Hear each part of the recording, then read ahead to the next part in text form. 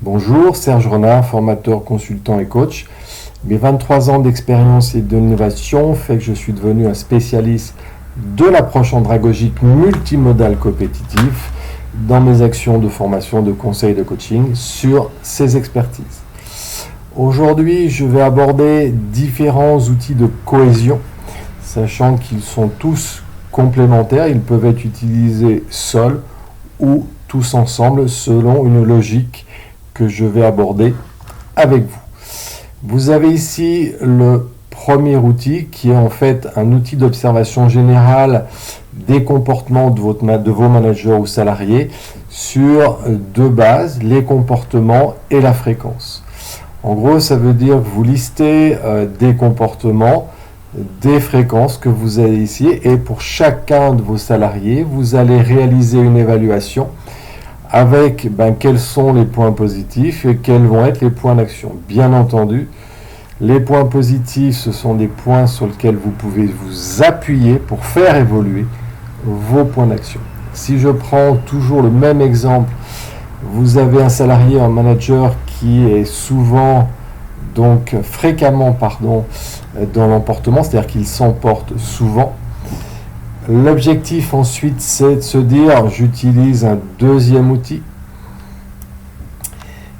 qui est le diagnostic situationnel des comportements productifs et contre-productifs de votre collaborateur.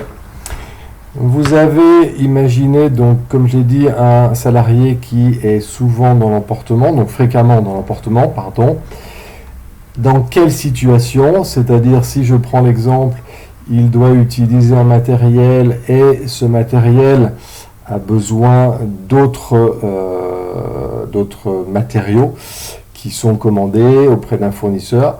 Donc, imaginons que dans cette situation, le fournisseur n'a pas livré le bon matériel. Est-ce que son emportement qui est fréquent dans cette situation, est-ce qu'il est suivi de comportements orientés sur les problèmes ou de comportements orientés solutions?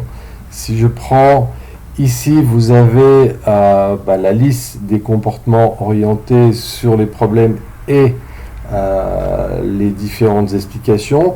Si je prends ce point-là, il peut, dans la situation que j'ai évoquée, accuser le fournisseur, dénoncer d'autres collègues qui ont pris d'autres matériels. Donc on voit bien qu'il est centré sur les problèmes suite à son emportement. Ou alors il peut avoir sur les autres comportements vers un comportement orienté solution, c'est-à-dire suivi de je vais effectivement réagir et remédier, c'est-à-dire que je vais m'adapter. Donc imaginons que le salarié se dise j'ai pas le bon matériel pour travailler, le fournisseur n'a pas livré effectivement quelque chose de correct.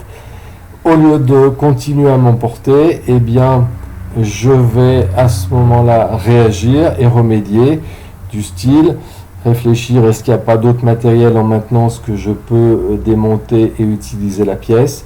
Voilà, on voit bien que c'est deux comportements très différents.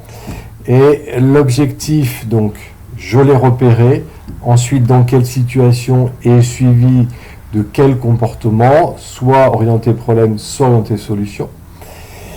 Ensuite, l'autre outil, sachant que celui-là, c'est le même que celui-là, mais simplement orienté différemment, c'est-à-dire là sous forme d'escalier et là sous forme d'échelle.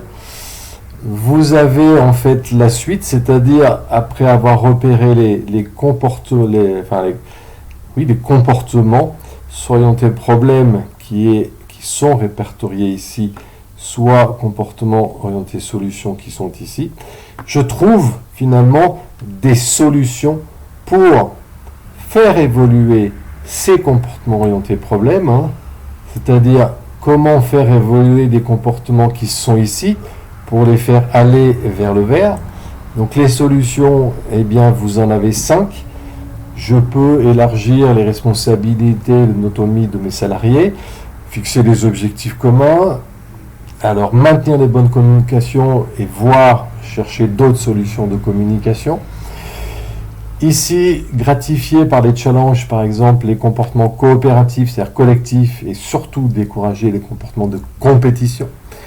et par exemple ici favoriser la relation d'équipe sur la durée. Donc quelque part c'est la réflexion sur ces 5 solutions que vous allez avoir.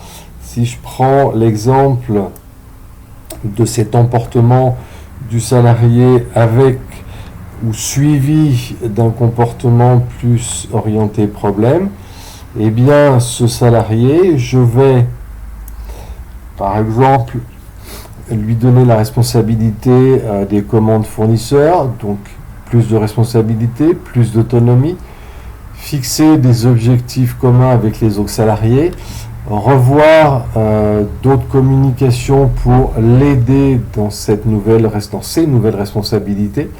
Donc les objectifs communs avec un challenge pour gratifier les comportements coopératifs et logiquement qui devrait favoriser la relation d'équipe sur la durée.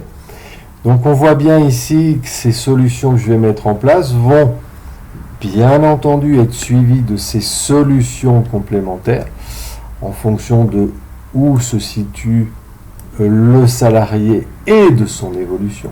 Sachant que même si le salarié est ici, vous pouvez voir que je continue à réfléchir sur la base de ces 3 solutions pour le faire perdurer vers des comportements et on est sur les solutions. Bien entendu, tout ce que je vais mettre en place, je vais le mettre en place avec un outil de planification basé sur 2 axes, faisabilité, temps requis, moyens, investissement ou autre, et enjeu, c'est-à-dire les gains escomptés, aussi bien quantitatifs que qualitatifs. Quantitatif, c'est que sur le résultat. Qualitatif, c'est sur le comportemental. Donc on voit bien ici, si la faisabilité est forte avec un enjeu fort, ça sera ma priorité, mon action 1, ou ma solution 1. Et ensuite, faisabilité moyenne et forte, et enjeu moyen, priorité 2.